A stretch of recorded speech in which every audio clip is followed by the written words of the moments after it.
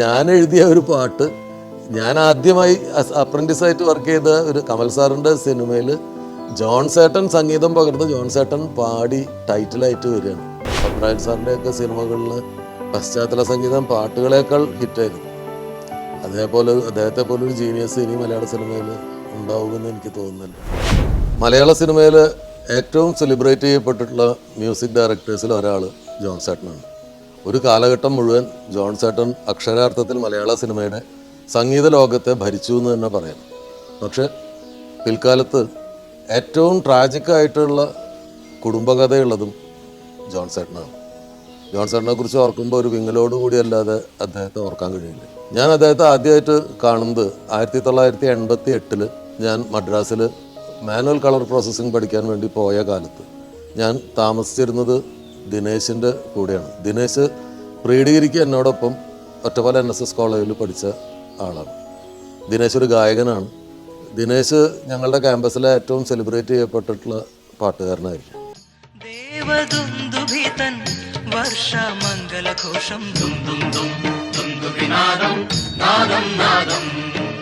Pre degree കഴിഞ്ഞതിന് ശേഷം, അതായത് ഇന്നത്തെ +2 കഴിഞ്ഞതിന് ശേഷം ദിനേശ് അങ്ങാടിപ്പുറത്ത് പോളിടെക്നിക്കിൽ പോയി ചേർന്നു. പക്ഷേ അവിടുത്തെ പഠിത്തം തുടരാതെ 2-3 മാസത്തിന് ശേഷം ആ പഠിപ്പ് അവസാനിപ്പിച്ച് അദ്ദേഹം ചെന്നൈയിലേക്ക് പോയി, അന്നത്തെ മദ്രാസിലേക്ക്. മദ്രാസിൽ പ്രസാദ് സ്റ്റുഡിയോയിൽ ഇളയരാജയുടെ സൗണ്ട് എഞ്ചിനീയറായ എമിയുടെ അസിസ്റ്റൻ്റായിട്ട് അദ്ദേഹത്തിന് ഒരു അവസരം കിട്ടി. അങ്ങനെ ദിനേശ് മദ്രാസിലേക്ക് പോയി. ദിനേശ് ചെന്നൈയിലേക്ക് പോകുന്നത് ഏതാണ്ട് 83-84 കാലഘട്ടത്തിലാണ്. ഞങ്ങൾ തമ്മിൽ സ്ഥിരമായിട്ടുള്ള ബന്ധം തുടർന്നു. ഇപ്പോൾ രാവിലത്തെ ട്രെയിനിന് ഒറ്റപ്പാലത്ത് വന്നിറങ്ങി, ചെന്നൈയിൽ നിന്ന് വന്നിറങ്ങി എൻ്റെ വീട്ടിൽ വന്ന് രാവിലെ എൻ്റെ വീടിൻ്റെ മുമ്പിൽ നിന്നുള്ള ചോറോട്ടൂർ എന്ന് പറയുന്ന ദിനേശിൻ്റെ ഗ്രാമത്തിലേക്കുള്ള ബസ് വരുന്നത് വരെ എൻ്റെ വീട്ടിലുണ്ടാവും. ആ വരവിൽ ആണ് ഞാൻ മലയാള സിനിമാ ഗാനങ്ങളെ വളരെ അടുത്ത് പരിചയപ്പെടുന്നത്. അതെങ്ങനെയാണെന്ന് വെച്ച് കഴിഞ്ഞാൽ, ദിനേശ് എമിയുടെ കൂടെ അസിസ്റ്റൻറ്റ് മ്യൂസിക് എഞ്ചിനീയറായിട്ട്, സൗണ്ട് എഞ്ചിനീയറായിട്ട് വർക്ക് ചെയ്യുന്ന കാലത്ത് ദിനേശ് പാടുമെന്ന് മനസ്സിലാക്കിയ എമി പല മ്യൂസിക് ഡയറക്ടേഴ്സിനും വേണ്ടിയിട്ട് ദിനേശിനെ കൊണ്ട് ട്രാക്ക് പാടിപ്പിച്ചു. അങ്ങനെ ഇളയരാജയുടെ പല തമിഴ് ഗാനങ്ങളും SP ബാലസുബ്രഹ്മണ്യമോ ദാസേട്ടനോ പാടുന്നതിന് മുൻപ് അവർക്ക് വേണ്ടി ട്രാക്ക് പാടിയിരുന്നത് ദിനേശായിരുന്നു. അപ്പോൾ ദിനേശ് വരുമ്പോൾ കാസറ്റിൽ അവൻ പാടിയ ട്രാക്ക് പാട്ടുകൾ കൊണ്ടുവരും. ആ പാട്ടുകൾ നമ്മൾ കേൾക്കും. അങ്ങനെ പാട്ട് റിലീസാവുന്നതിന് മുൻപ് പിൽക്കാലത്ത് സൂപ്പർ ഹിറ്റുകളായിട്ടുള്ള തമിഴ് ഗാനങ്ങൾ, ഇളയരാജയുടെ ഗാനങ്ങൾ റിലീസാവുന്നതിന് മുമ്പ് കേൾക്കാനുള്ള ഭാഗ്യം എനിക്ക് ഉണ്ടായിട്ടുണ്ട്.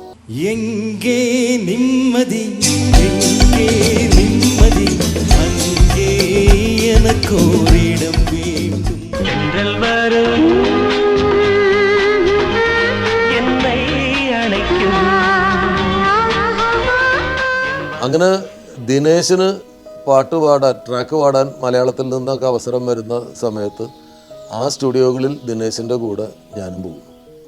അങ്ങനെ പോയ സന്ദർഭങ്ങളിൽ ജോൺ സേട്ടൻ്റെ ചില പാട്ടുകൾ പാടാൻ വേണ്ടിയിട്ട് ദിനേശ് ഈ ചെന്നൈയിലെ സ്റ്റുഡിയോകളിൽ പോകുന്ന സമയത്താണ് ഞാൻ ജോൺ സേട്ടനെ ആദ്യമായിട്ട് കാണുന്നത്. പിന്നീട് 89 ഞാൻ കമൽ സാറിനോടൊപ്പം ജോയിൻ ചെയ്യുകയും അസിസ്റ്റൻറ്റ് ഡയറക്ടറായിട്ട് ജോയിൻ ചെയ്തു. അപ്പോൾ അതിനു മുൻപ് തന്നെ മലയാള സിനിമയിലെ ഒരുവിധം മ്യൂസിക് ഡയറക്ടേഴ്സിനെയും അവരുടെ സഹായികളെയും പ്രധാനപ്പെട്ട അക്കാലത്തെ മ്യൂസീഷ്യൻസിനെയൊക്കെ ഈ ദിനേശ് വഴി പരിചയപ്പെടാനുള്ള അവസരം എനിക്കുണ്ടായിരുന്നു.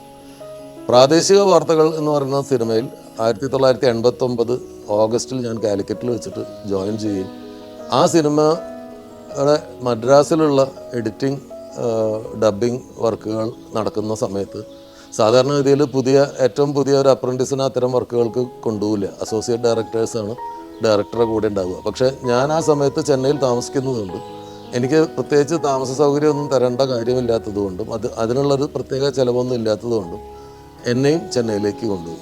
അങ്ങനെ ചെന്നൈയിൽ ഞാൻ താമസിക്കുന്ന സ്ഥലത്ത് താമസിക്കുകയും ജോലിക്ക് അന്ന് റോമൻ സ്റ്റുഡിയോ എന്ന് പറയുന്ന സ്റ്റുഡിയോയിൽ G മുരളിയേട്ടൻ്റെ എഡിറ്റിംഗ് റൂം, അവിടെ രാവിലെ ഞാൻ എൻ്റെ താമസ സ്ഥലത്ത് നിന്ന് വരികയും കമൽ സാറൊക്കെ താമസിക്കുന്ന ഹോട്ടലുകളിൽ നിന്ന് അവിടെ എത്തുകയും ചെയ്യും. അങ്ങനെ അതിൻ്റെ റീറെക്കോർഡിംഗ് വേളയിലാണ് വീണ്ടും ഞാൻ ജോൺ സേട്ടനെ കാണുന്നത്. അന്ന് ജോൺ സേട്ടനെ റീറെക്കോർഡിംഗ് നടക്കുമ്പോൾ 10-40 വയലിനുകളൊക്കെ ഇരുന്ന് പ്ലേ ചെയ്യുന്നതും അന്ന് റീ റെക്കോർഡിങ് എന്ന് പറയുന്നത് സിനിമയുടെ ഫിലിമിൽ ഷൂട്ട് ചെയ്യുന്ന കാലമാണ്, ഫിലിമിൽ എഡിറ്റ് ചെയ്യുന്ന കാലമാണ്, മാഗ്നറ്റിക് ടേപ്പുകളിൽ സൗണ്ട് റെക്കോർഡിംഗ് നടക്കുന്ന കാലമാണ്. അപ്പോൾ റീ റെക്കോർഡിംഗ് എന്ന് പറഞ്ഞു കഴിഞ്ഞാൽ ഫിലിം ഡയലോഗും മാത്രമുള്ള ഈ ഡബിൾ പോസിറ്റീവ് എന്ന് പറയുന്ന സാധനം സൗണ്ടിൻ്റെ ട്രാക്ക് ഒന്നിൽ വിഷ്വൽ ട്രാക്ക് ഒന്നിലായിട്ട് പ്ലേ ചെയ്യും. ഈ മ്യൂസീഷ്യൻസിനും മ്യൂസിക് ഡയറക്ടർക്കും വേണ്ടി അത് തിയേറ്ററിൽ പ്ലേ ചെയ്യും. അങ്ങനെ അത് നോക്കി നിന്നിട്ട് അദ്ദേഹം നോട്ട്സ് എഴുതും, അതിൻ്റെ പുറകിൽ പ്ലേ ചെയ്യേണ്ട നോട്ട്സ് എഴുതും. അത് അദ്ദേഹത്തിൻ്റെ അസോസിയേറ്റായ രാജാമണിയേട്ടന് കൊടുക്കും. രാജാമണിയേട്ടൻ ഇതിൽ ഓരോ മ്യൂസീഷ്യൻസിനും അവർ പ്ലേ ചെയ്യേണ്ട മ്യൂസിക് ബിറ്റുകളുടെ നൊട്ടേഷൻസ് കൊടുക്കും. മറ്റൊരു അസിസ്റ്റൻ്റ് ഈ ഫിലിമിൽ പോയിട്ട് ഒരു ചോക്ക് പെൻസിലുണ്ട്, ആ പെൻസിൽ കൊണ്ട് മാർക്ക് ചെയ്യും. അപ്പോൾ ആ മാർക്ക് 3 ക്രോസ് മാർക്കുകൾ ഇങ്ങനെ വന്നു കഴിഞ്ഞാൽ മ്യൂസിക് സ്റ്റാർട്ട് ചെയ്യണം. അങ്ങനെ മാർക്ക് ചെയ്യും. അതൊരു അത്ഭുതകരമായ കാഴ്ചയാണ്. ഒരു മ്യൂസിക് ഡയറക്ടർ ഒരു ഹാർമോണിയമായിട്ട് ഇരുന്നിട്ട് ഈ സിനിമ കാണുമ്പോൾ തന്നെ അതിൻ്റെ പശ്ചാത്തല സംഗീതം എന്ത് വേണമെന്ന് തീരുമാനിക്കുകയും ഡയറക്ടറായിട്ടൊക്കെ ഡിസ്കസ് ചെയ്യുകയും ചെയ്തിട്ട് നേരെ റെക്കോർഡിങ്ങാണ്. ഒരു 1-2 റിഹേഴ്സൽസ് ഉണ്ടാവും. അങ്ങനെ പ്രാദേശിക വാർത്തകളുടെ റീ റെക്കോർഡിങ്ങിന് കമൽ സാറിനോടൊപ്പം ഇരുന്നിട്ട് കൺസോളിൽ ഇരുന്നിട്ട് എനിക്ക് ഇത് കാണാൻ പറ്റി. അങ്ങനെ പ്രാദേശിക വാർത്തകൾ റീ റെക്കോർഡിങ് നടന്നുകൊണ്ടിരിക്കുന്ന സമയത്ത് ഫസ്റ്റ് റീല് കണ്ടു കഴിഞ്ഞതിന് ശേഷം ജോൺസേട്ടൻ കമൽ സാറിനോട് പറഞ്ഞു. അപ്പോൾ അവരുടെ രണ്ടുപേരും ചേർന്നിട്ടുള്ള അതിന് മുമ്പത്തെ സിനിമ വലിയ ഹിറ്റായിരുന്നു. പെരുവണ്ണാപുരത്തെ വിശേഷങ്ങൾ എന്നായിരുന്നു ആ സിനിമയുടെ പേര്. അതിൻ്റെ ടൈറ്റിലിൽ ഒരു പാട്ടുണ്ടായിരുന്നു, ഏലപ്പുല ഏലു ഏലപ്പുല ഏലു എന്ന് തുടങ്ങുന്ന ഒരു നാടൻ പാട്ട്. ആ പാട്ട് ഭയങ്കര ഹിറ്റായി.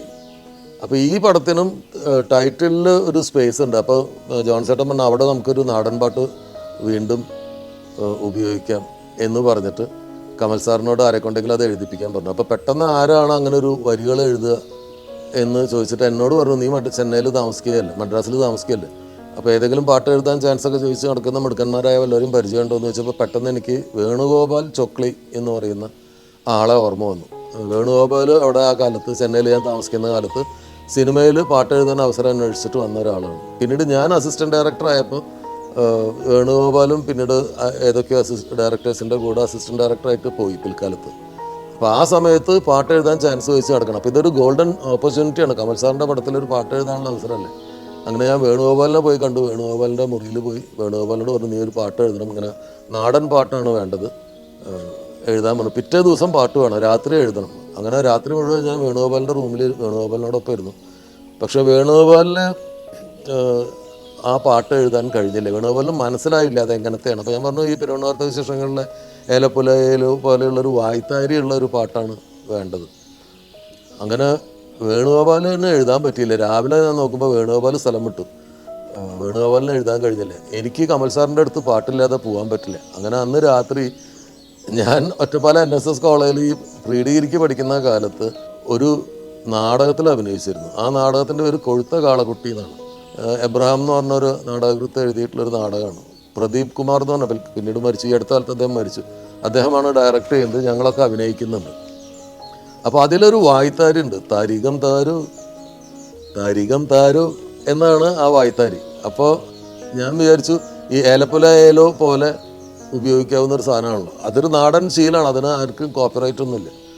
അപ്പോൾ അങ്ങനെ ഞാനിരുന്ന് എഴുതി, താരികം താരു താരികം താരു കൂമന്മാർ ഊരിൻ്റെ അതിര് താണ്ടി പിന്നെന്തേ ചൊല്ലും മൂപ്പ്, പിന്നെ പല കുറി വർഷം വന്നേ, പിന്നെ പല കുറി ഓണം വന്നേ. എന്തുകൊണ്ട് എനിക്ക് തോന്നിയ ഇത് വരികൾ ഞാൻ എഴുതി. പിറ്റേ ദിവസം രാവിലെ ഞാൻ കൊണ്ടുപോയിട്ട് കമൽ സാറിൻ്റെ കയ്യിൽ കൊണ്ടുപോയി കൊടുത്തു.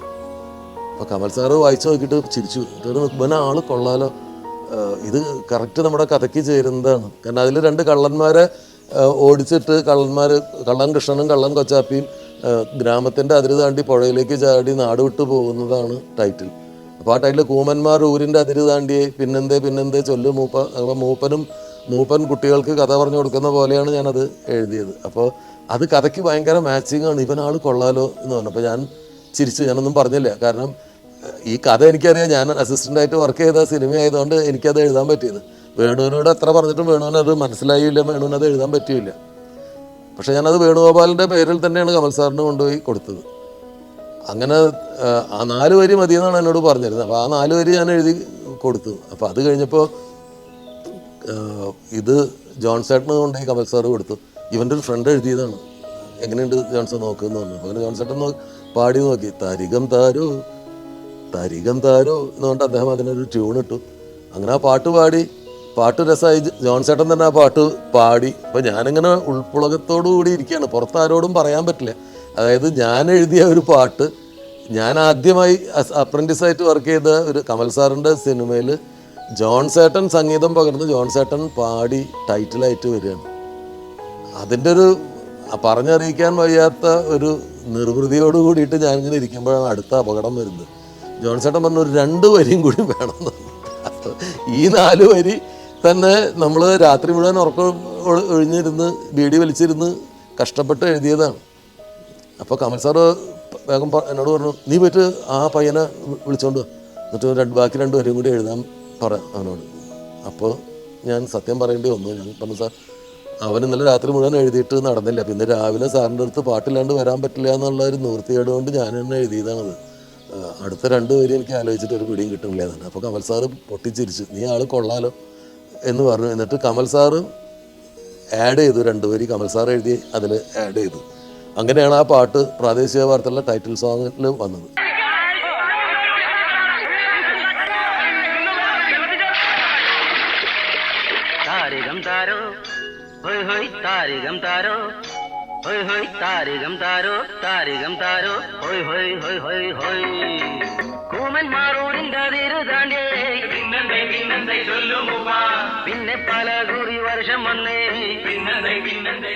പക്ഷെ ഇതൊക്കെ ലാസ്റ്റ് സ്റ്റേജിൽ, സിനിമയുടെ ലാസ്റ്റ് സ്റ്റേജിൽ നടക്കുന്നതുകൊണ്ട് ഇത് ടൈറ്റിലിന് പേരിടാനോ എൻ്റെ പേര്, ഈവൺ അതിൽ അസിസ്റ്റൻറ്റ് ഡയറക്ടർ എന്ന് പറഞ്ഞിട്ട് എൻ്റെ പേര് പോലും ആ സിനിമയിൽ ഇല്ല. കാരണം ഒരു ടൈറ്റിൽ കാർഡിന് അന്ന് 50 രൂപ വിലയുണ്ട്. ഒരാളുടെ പേര് ആഡ് ചെയ്യണമെങ്കിൽ 50 രൂപ അഡീഷണൽ ചിലവുണ്ട്. അപ്പോൾ പ്രൊഡ്യൂസർ അവൻ തുടങ്ങിയിട്ടല്ലേ ഉള്ളൂ, അടുത്ത പടം തൊട്ടിട്ട് ഇട്ടാൽ പോരെ എന്ന് ചോദിച്ചാൽ അങ്ങനെ എൻ്റെ പേര് മാറ്റി. അങ്ങനെ ആ സിനിമയിൽ എനിക്ക് യാതൊരു അവകാശവും ഇല്ല ലീഗലി, കാരണം ആ പടത്തിൽ എവിടെ എൻ്റെ പേരില്ല. പക്ഷെ ഇപ്പോൾ തിരിഞ്ഞ് ചിന്തിക്കുമ്പോൾ 34 വർഷങ്ങൾക്ക് മുമ്പ് ജോൺസേട്ടനെ പോലെ മഹാരഥനായിട്ടുള്ള ഒരു സംഗീത സംവിധായകൻ്റെ സംഗീതത്തിൽ അദ്ദേഹം പാടി എൻ്റെ വരികൾ സിനിമയിൽ വന്നിട്ടുണ്ട്. ജോൺസേട്ടനെ കുറിച്ച് ഓർക്കുമ്പോൾ എൻ്റെ മനസ്സിൽ എപ്പോഴും ഉള്ള ഒരു അത്ഭുതമാണ് അത്. പിൽക്കാലത്ത് കമൽ സാറിൻ്റെ കുറേ സിനിമകളിൽ ജോൺസേട്ടൻ, ഞാൻ അസിസ്റ്റൻ്റായി വർക്ക് ചെയ്തിട്ടുള്ള ഒരുപാട് സിനിമകളിൽ ജോൺസേട്ടൻ സംഗീത സംവിധായകനായിട്ടുണ്ട്. ഇപ്പോൾ ഞങ്ങളൊക്കെ ജൂനിയർ അസിസ്റ്റൻസാണ്, നമ്മളോടൊന്നും അങ്ങനെ സംസാരിക്കേണ്ട സാഹചര്യമില്ല. എന്നാലും കണ്ടാലൊരു ചിരിയുണ്ട്. മുറുക്കാൻ എപ്പോഴും മുറുക്കും, അപ്പോൾ ചില സീസണിൽ മുറുക്കും. അപ്പോൾ മുറുക്കാൻ വേണ്ടിയിട്ട് പുറത്തേക്ക് വന്നിട്ട് തുപ്പാൻ വേണ്ടി പുറത്ത് വരുമ്പോൾ, സ്റ്റുഡിയോയുടെ പുറത്തേക്ക് വരുമ്പോൾ നമ്മളവിടെ നിൽക്കേണ്ടത്, നമ്മളെ നോക്കി ഒരു സ്മൈൽ ചെയ്യും, എന്താ സുഖമല്ലേ എന്നൊരു ചോദ്യം ഉണ്ടാവും. കമൽ സാറിൻ്റെ പിന്നീട് ശുഭയാത്ര തുടങ്ങിയ കുറേ സിനിമകളിൽ അദ്ദേഹം സംഗീത സംവിധാനം ചെയ്തിരുന്നു. ആ കാലത്തൊക്കെ ഞാൻ കണ്ടിട്ടുണ്ട്. ഒരു സായങ്കാലം സംഗീതം പെയ്യും ഒരു പവിഴദ്വീപിൽ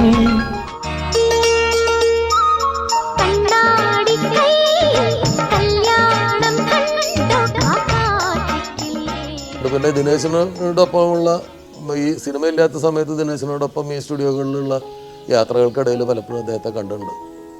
പിന്നീട് ഞാൻ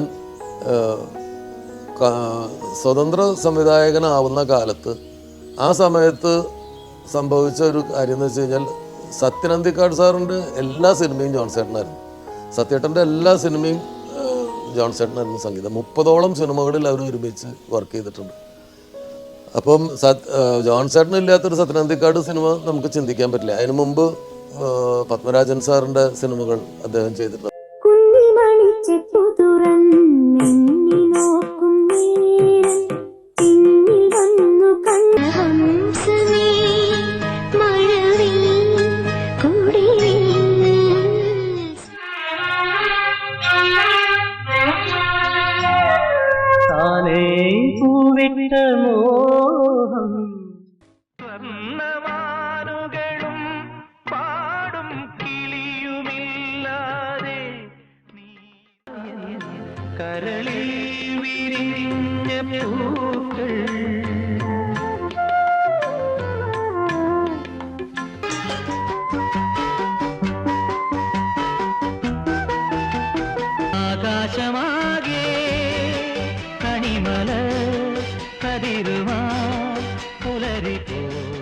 അങ്ങനെയൊക്കെ ചെയ്തുകൊണ്ടിരുന്ന ആൾക്ക് ഇടക്കാലത്ത് എന്തോ സംഭവിച്ചു, എന്തോ ഒരു പേഴ്സണലായിട്ടുള്ള ചില എന്തോ പ്രശ്നങ്ങളായിരിക്കണം. അദ്ദേഹം നല്ല മദ്യപാനം തുടങ്ങിയ ആ സമയത്ത്.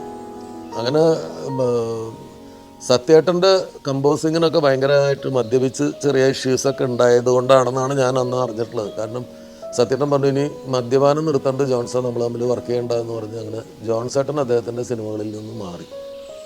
അത് അദ്ദേഹത്തിനെ നന്നായി വിഷമിപ്പിച്ചിട്ടുണ്ട്. അദ്ദേഹത്തിൻ്റെ മദ്യപാനം വീണ്ടും കുറച്ച് ശക്തമാവുകയും ചെയ്തു. ഞാൻ സംവിധായകനാവുന്ന സമയത്ത് വിദ്യാസാഗറായിരുന്നു എൻ്റെ സിനിമയിൽ ആദ്യമായിട്ട് സംഗീതം പകർന്നത്. അപ്പം വിദ്യാസാഗർ ആദ്യ സിനിമ മറവത്തൂർ കനവ് ചെയ്തു. അതിലെ പാട്ടുകളെല്ലാം ഹിറ്റായി, സിനിമ ഹിറ്റായി. അടുത്ത സിനിമ അതുകൊണ്ട് തന്നെ അദ്ദേഹം തന്നെ ചെയ്തു, ചന്ദ്രനുദിക്കുന്ന ദിക്കിൽ. അത് കഴിഞ്ഞ് രണ്ടാം ഭാവം, മീശമാധവൻ, സിനിമകൾ ഒന്നിനു പുറകെ ഒന്നായി വന്നു. ഈ മ്യൂസിക് ഡയറക്ടേഴ്സായിട്ടൊക്കെ വളരെ അടുത്ത ബന്ധമുണ്ടായിരുന്നേ എനിക്ക് മറ്റൊരു മ്യൂസിക് ഡയറക്ടറെ കുറിച്ച് ആലോചിക്കാനുള്ള അവസരം വിദ്യാജി തന്നില്ല. കാരണം എൻ്റെ സിനിമകളുടെ ഏറ്റവും വലിയ സ്ട്രെങ്ത് ആയിട്ടപ്പോഴേക്കും വിദ്യാജിയുടെ പാട്ടുകൾ മാറിക്കഴിഞ്ഞു, അദ്ദേഹത്തിൻ്റെ സംഗീതം മാറിക്കഴിഞ്ഞു.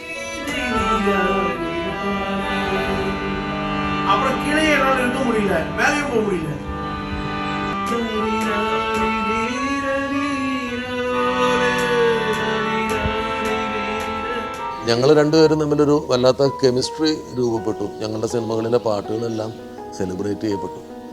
അങ്ങനെ കാലങ്ങൾ വീണ്ടും കടന്നുപോയി. മറ്റൊരു മ്യൂസിക് ഡയറക്ടറെ കുറിച്ച് എനിക്ക് ആലോചിക്കാൻ പറ്റാത്തൊരവസ്ഥയിൽ ഇങ്ങനെ കാലങ്ങൾ കടന്നുപോയി.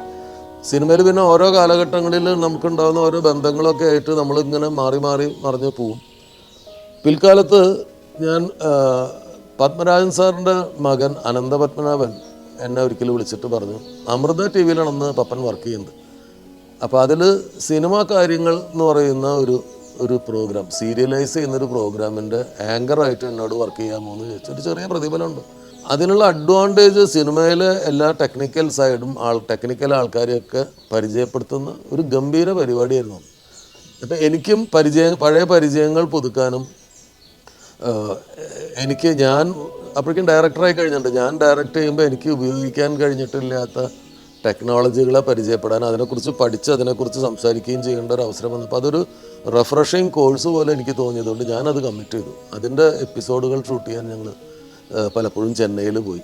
അപ്പോൾ ക്യാമറകളെക്കുറിച്ച്, മേക്കപ്പിനെക്കുറിച്ച്, കോസ്റ്റ്യൂംസിനെ കുറിച്ച് ഒക്കെയുള്ള എപ്പിസോഡുകൾ ഇങ്ങനെ പോയിക്കൊണ്ടിരിക്കുമ്പോൾ സിനിമയിലെ റെക്കോർഡിങ് ആൻഡ് റെക്കോർഡിങ്ങിനെ കുറിച്ച് ഒരു എപ്പിസോഡ് ചെയ്യാൻ പപ്പൻ ജോൺസേട്ടനെ സമീപിച്ചു. അപ്പോൾ ജോൺസേട്ടൻ, പപ്പൻ്റെ അച്ഛൻ പത്മനാഭൻ സാറിൻ്റെ ഏറ്റവും നല്ല സിനിമകൾ മുഴുവൻ സംഗീതം ചെയ്തിട്ടുള്ളത് ജോൺസേട്ടനാണ്. അത് തമ്മിലൊരു വലിയ ബന്ധമുണ്ടായിരുന്നു. അപ്പോൾ അങ്ങനെ ജോൺസേട്ടനോട് പറഞ്ഞു, ജോൺസേട്ടനെ അത് ചെയ്യാമെന്ന് സന്തോഷത്തോടു കൂടി സമ്മതിച്ചു. അങ്ങനെ ജോൺസേട്ടനെ ഇൻ്റർവ്യൂ ചെയ്യാൻ വേണ്ടിയിട്ട് ഞാൻ ചെല്ലുകയാണ്. ലൈഫിലെ മറ്റൊരു ഘട്ടത്തിൽ കുറേ വർഷങ്ങൾക്ക് ശേഷം, ഈ പ്രാദേശിക വാർത്തകൾ എന്ന് പറയുന്ന സിനിമയ്ക്ക് ശേഷം എത്രയോ വർഷങ്ങൾക്ക് ശേഷം, ഞാൻ സംവിധായകനൊക്കെ ആയതിനു ശേഷം വീണ്ടും അദ്ദേഹത്തെ കണ്ടുമുട്ടുന്നു.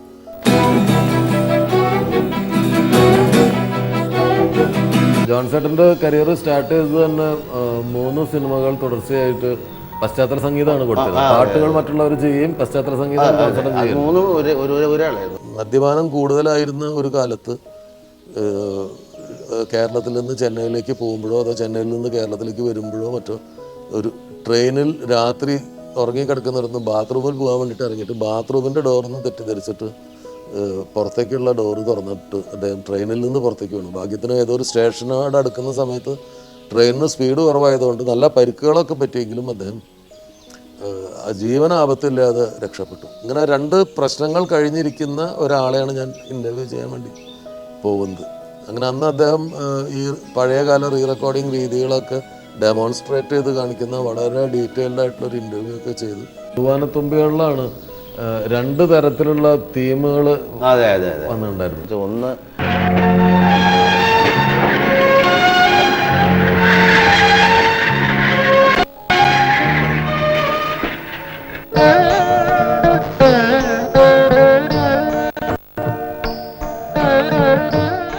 ഇൻ്റർവ്യൂ കഴിഞ്ഞിട്ട് ഞാൻ ഇറങ്ങണം. അപ്പോൾ എൻ്റെ ഡയമണ്ട് നെക്ലസ് എന്ന് പറയുന്ന സിനിമ ദുബായിൽ ഷൂട്ടിംഗ് തുടങ്ങുകയാണ്. അപ്പോൾ ഞാൻ ഈ എപ്പിസോഡ് ഞാൻ പോയി പിന്നെ 2-3 മാസം ഉണ്ടാവില്ല. അപ്പോൾ ആ മാസങ്ങളിൽ ഇത് ആഴ്ചയിൽ 1 വെച്ചിട്ടാണ് ഈ എപ്പിസോഡ്സ് വരുന്നത്. അപ്പോൾ അത്തരം ആ സമയത്ത് വരാനുള്ള ടെലികാസ്റ്റ് ചെയ്യാനുള്ള എപ്പിസോഡ്സ് എല്ലാം ഷൂട്ട് ചെയ്തുകൊണ്ടിരിക്കുകയായിരുന്നു. അപ്പോൾ ഞാൻ ഇത് കഴിഞ്ഞാൽ ചെന്നൈയിൽ നിന്ന് നേരെ ദുബായിലേക്ക് പോവുകയാണ് ഡയമണ്ട് നെക്ലസിൻ്റെ ഷൂട്ടിങ്ങിന്. അപ്പം ജോൺ ചേട്ടൻ, ഞാൻ യാത്ര പറയുമ്പോൾ ജോൺ ചേട്ടൻ പറഞ്ഞു, നിൻ്റെ സിനിമകളൊക്കെ ഞാൻ കാണാറുണ്ട്, നിൻ്റെ പാട്ടുകൾ ടി വിയിൽ വരുമ്പോൾ മുഴുവൻ ഇരുന്ന് കാണും, വളരെ മനോഹരമായിട്ടുള്ള പിക്ചറൈസേഷനാണ് അതിൻ്റെ പടത്തിലെ പാട്ടുകൾ കാണുമ്പോൾ എൻ്റെ ഒരു പാട്ട് നീ ചെയ്ത് കാണാൻ കഴിഞ്ഞിരുന്നെങ്കിൽ എന്ന് എനിക്ക് പലപ്പോഴും തോന്നിയിട്ടുണ്ട്. നിൻ്റെ അടുത്ത് ഞാൻ ചാൻസ് ചോദിക്കില്ല, ഞാൻ ഇന്ന് വരെ ഒരു സംവിധായകനോടും അവസരം ചോദിക്കേണ്ടി വന്നിട്ടില്ല. പക്ഷെ നിൻ്റെ ഈ പാട്ടുകൾ കാണുമ്പോൾ എൻ്റെ ഒരു പാട്ട് നീ ചെയ്ത് കാണാനുള്ളൊരു ആഗ്രഹം എനിക്ക് തോന്നാറുണ്ട്. നിൻ്റെ പാട്ടുകൾ വിദ്യാസാഗർ നന്നായിട്ട് ചെയ്തു തരുന്നുണ്ട്, മറ്റൊരാളെക്കുറിച്ച് ആലോചിക്കേണ്ട കാര്യം നിനക്കില്ല. പക്ഷെ എപ്പോഴെങ്കിലും ഒരു പാട്ട് മാത്രമൊക്കെ വല്ല സിനിമയും നീ ചെയ്യുമ്പോൾ ഒരു പാട്ടിന് വേണ്ടിയിട്ട് വിദ്യയെ ബുദ്ധിമുട്ടിക്കുന്ന കാര്യമില്ല എന്ന് നിനക്ക് തോന്നുകയാണെങ്കിൽ അങ്ങനെ ഒരു സിനിമ വരുമ്പോൾ നീ എനിക്ക് അവസരം തരണം, എനിക്കൊരു പാട്ട് നിനക്ക് വേണ്ടി ചെയ്യാൻ ഭയങ്കര ആഗ്രഹമുണ്ട്. അപ്പോൾ ആ സമയപ്പോഴേക്കും അദ്ദേഹം മദ്യപാനമൊക്കെ നിർത്തി വളരെ നല്ല അവസ്ഥയിൽ പോവാണ്. അപ്പോൾ ഞാൻ പെട്ടെന്ന് ഇമോഷണലായി. കാരണം ഞാൻ മലയാള സിനിമയിലെ ആദ്യം പരിചയപ്പെട്ട മ്യൂസിക് ഡയറക്ടറാണ്. ഞാൻ ആദ്യം വർക്ക് ചെയ്ത സിനിമകളിലെ സംവിധായകനാണ്. അപ്പോഴാണ് ഞാനൊരു കുറ്റബോധത്തോടു കൂടി ഓർക്കുന്നത്, വിദ്യാജീവമായിട്ടുള്ള ഈ ഒരു അസോസിയേഷൻ കാരണം ഇങ്ങനെ കുറേ ആളുകളെ എനിക്ക് അക്കോമഡേറ്റ് ചെയ്യാൻ പറ്റിയിട്ടില്ലല്ലോ എന്ന് ഞാൻ അപ്പോഴാണ് ആലോചിക്കുന്നത്. ഞാൻ അപ്പോൾ തന്നെ ജോൺസേട്ടന് കൈ കൊടുത്തിട്ട് പറഞ്ഞു, ഞാനിപ്പോൾ ഡയമണ്ട് നെക്ലസ് എന്ന് പറഞ്ഞൊരു സിനിമയുടെ ഷൂട്ടിങ്ങിന് പോകണം. അതിൻ്റെ പാട്ടുകളൊക്കെ റെക്കോർഡ് ചെയ്ത് കഴിഞ്ഞാണ് വിദ്യാജീവിനെയാണ് മ്യൂസിക് ചെയ്തിരിക്കുന്നത്. പക്ഷെ തിരിച്ചു വന്നു കഴിഞ്ഞാൽ അടുത്ത സിനിമ ഉടനെ ഉണ്ട്, അതിൻ്റെ കഥയൊക്കെ ഏതാണ്ട് തീരുമാനമുണ്ട്. തിരിച്ചു വന്നു കഴിഞ്ഞാൽ തീർച്ചയായിട്ടും ജോൺസേട്ടനെ കൊണ്ട് ആ പടം ചെയ്യിക്കുക. ഒരു പാട്ടല്ല, അതിന് 4 പാട്ടും ജോൺസേട്ടൻ തന്നെ ചെയ്യും എന്ന് പറഞ്ഞ് കൈ കൊടുത്ത് ഞങ്ങൾ പിരിയുന്നു. ഞാൻ ഡയമണ്ട് നെക്ലസിൻ്റെ ഷൂട്ടിങ്ങിന് ദുബായിലേക്ക് പോകുന്നു. അവിടെ ഷൂട്ടിംഗ് നടന്നുകൊണ്ടിരിക്കുന്നതിനിടയിൽ ഒരു ദിവസം പെട്ടെന്ന് ഒരു ഞെട്ടിപ്പിക്കുന്ന വാർത്ത വരുന്നു, ജോൺസേട്ടൻ അന്തരിച്ചു. അതൊരു വല്ലാത്ത നോവായിട്ട് മനസ്സിൽ ഇപ്പോഴും ഉണ്ട്. ഇതിന് മുൻപൊരിക്കൽ ഞങ്ങൾ ഏതൊരു ചാനൽ പ്രോഗ്രാമിന് പോയപ്പോൾ ജോൺസേട്ടനും ഞാനുമായിട്ടുള്ളൊരു ഇൻട്രാക്റ്റീവ് സെഷൻ ഉണ്ടായിരുന്നു ആ ചാനലിൻ്റെ പരിപാടിയിൽ. അന്ന് അദ്ദേഹം ഗിറ്റാർ വായിച്ച് എൻ്റെ സിനിമയിൽ അദ്ദേഹം സംഗീതം കൊടുത്തിട്ടില്ലാത്ത ചില പാട്ടുകളൊക്കെ പാടുകയൊക്കെ ചെയ്തു. അദ്ദേഹത്തിൻ്റെ പാട്ടുകൾ ഞാൻ ഓർമ്മിപ്പിക്കുന്ന പാട്ടുകൾ എൻ്റെ മുമ്പിലിരുന്ന് പാടി. അങ്ങനെയും ഒരു അനുഭവം ഉണ്ടായിരുന്നു. അപ്പോൾ ഒരു സിനിമ കൂടി ഞങ്ങൾ തമ്മിലുണ്ടായിരുന്നെങ്കിൽ വളരെ കംപ്ലീറ്റഡ് ആയ ഒരു റിലേഷൻഷിപ്പായി മാറുമായിരുന്നു. അത് ഇനി ഒരിക്കലും കംപ്ലീറ്റഡ് ആവില്ല ആ ബന്ധം. ഒരു ഇൻകംപ്ലീറ്റ് ആയിട്ടുള്ളൊരു ബന്ധമായിട്ട് അതിനി നിലനിൽക്കും. ജോൺസേട്ടൻ മരിച്ചതിന് ശേഷം കുറച്ച് കാലത്തിന് ശേഷം അദ്ദേഹത്തിൻ്റെ മകള് ഹൃദയ സംബന്ധമായിട്ടുള്ള അസുഖം മൂലം മരിച്ചുപോയി. ജോൺസേട്ടൻ്റെ ഭാര്യ ഈ ലോകത്ത് തനിച്ചായി. മറ്റൊരു സിനിമാ പ്രവർത്തകനും മലയാള സിനിമയിൽ ഇങ്ങനൊരു വിധി ഉണ്ടായിട്ടില്ല എന്നാണ് എനിക്ക് തോന്നുന്നത്. ജോൺസേട്ടനെ കുറിച്ച് ഓർക്കുമ്പോൾ എവർഗ്രീനായിട്ടുള്ള അദ്ദേഹത്തിൻ്റെ പാട്ടുകൾ എത്രയോ പാട്ടുകളേക്കാൾ കൂടുതൽ അദ്ദേഹം പശ്ചാത്തല സംഗീതം നിർവഹിച്ച സിനിമകൾ, അതിൽ പശ്ചാത്തല സംഗീതം പാട്ടുകളേക്കാൾ ഹിറ്റായിട്ടുള്ള പശ്ചാത്തല സംഗീതമുള്ള സിനിമകൾ, പത്മനാഭൻ സാറിൻ്റെയൊക്കെ സിനിമകളിൽ പശ്ചാത്തല സംഗീതം പാട്ടുകളേക്കാൾ ഹിറ്റായിരുന്നു. അദ്ദേഹത്തെ പോലൊരു ജീനിയസ് ഇനി മലയാള സിനിമയിൽ ഉണ്ടാവുമെന്ന് എനിക്ക് തോന്നുന്നില്ല. അദ്ദേഹത്തിൻ്റെ ഓർമ്മകൾക്ക് മുമ്പിൽ എൻ്റെ ആദരാഞ്ജലിയാണ്.